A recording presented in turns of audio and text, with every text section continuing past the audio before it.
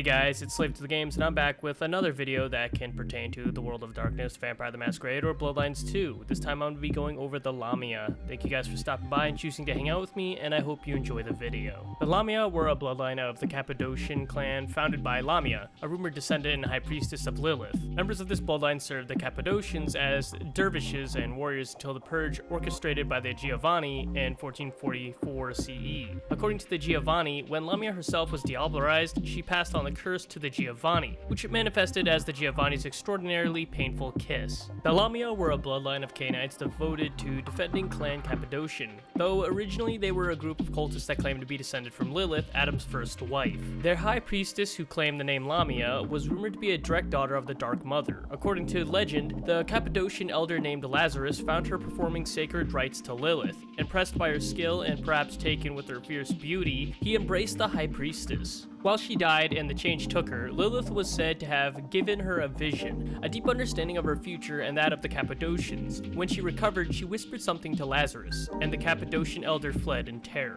Lamia did find her way back to the clan though, and her bloodline became the warriors and guardians of the Cappadocians. They were never very numerous, but important grave robbers often had at least one Gorgon standing at their side. The Lamia learned to feed sparingly, since their bite carried disease, and developed their own path of necromancy based on the four humors.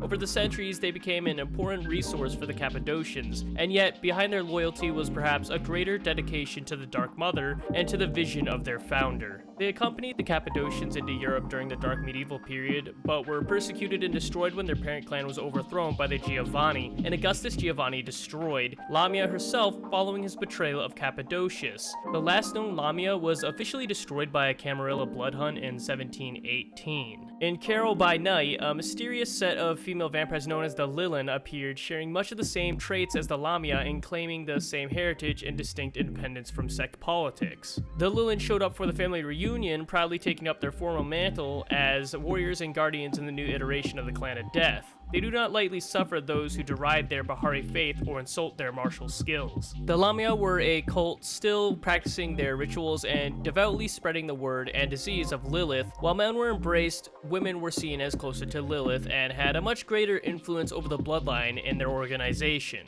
The sire-child relationship in the Lamia was very strong, as most Lamia had to remain with their sires for at least a year to achieve the necessary combat skill to be of use. Lamia remained the leader of the bloodline until her destruction, but her first and most important order to her daughters was to serve the Cappadocians. As worshippers of death in the form of the Dark Mother, the Lamia carry a curse they call the Seed of Lilith, which is a virulent disease akin to Black Plague like pox that could infect those from whom they feed, especially men, and which was invariably fatal after only a few days. Other kindred who fed from a Lamia were also infected, but they became carriers instead of being destroyed by the infection until they purged all Lamia vitae from their body. While they are loyal to their parent clan, the Lamia are forever separate, and Lamia's childer worship the Dark Mother as she did in life. More physical and sensual than their studious parent clan, they are also great warriors and bolstered the defenses of the Cappadocians. The Lamia were somewhere between the high and low clans. They were not a clan themselves, but were considered part of Clan Cappadocian and most Canaanites' understanding. Other Canaanites, however, treated them respectfully as servants or soldiers, both out of deference to their skills and to their patrons. The Lamia did not share the Cappadocians' pallor, however. Many of them were of Mediterranean or a Semitic descent, though as the Cappadocians traveled across Europe with their Gorgon bodyguards, other nationalities came into the bloodline as well. Though the bloodline was predominantly female, it was not uncommon for Lamia to dress as men, usually armed and armored.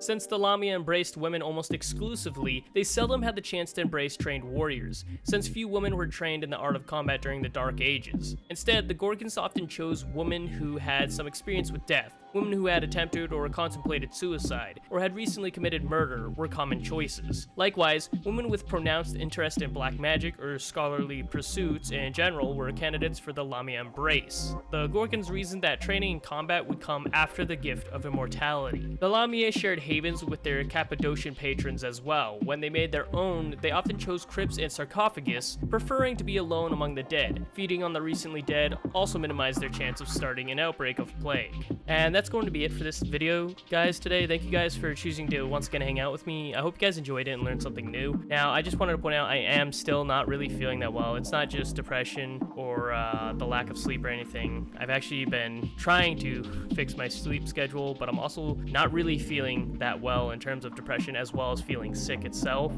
I hope it's something that I pass quickly. Anyways, I just want to let you guys know. So I will be still doing this daily and returning to it daily. So tomorrow there will be another Bloodlines video. I hope that nothing interrupts that, of course, but I will be going back to releasing it back to back, and I may take a break in between. I'm not too sure. It really just depends on how I'm feeling, but we have made significant progress in what I already have planned, and I plan to release a lot more, hopefully.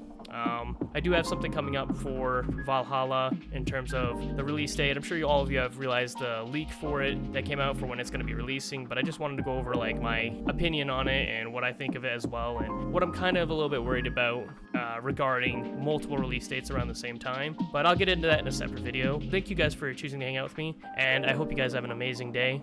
I'll see you guys in my next video and release, and I'll do my best to get better. Thank you guys for watching.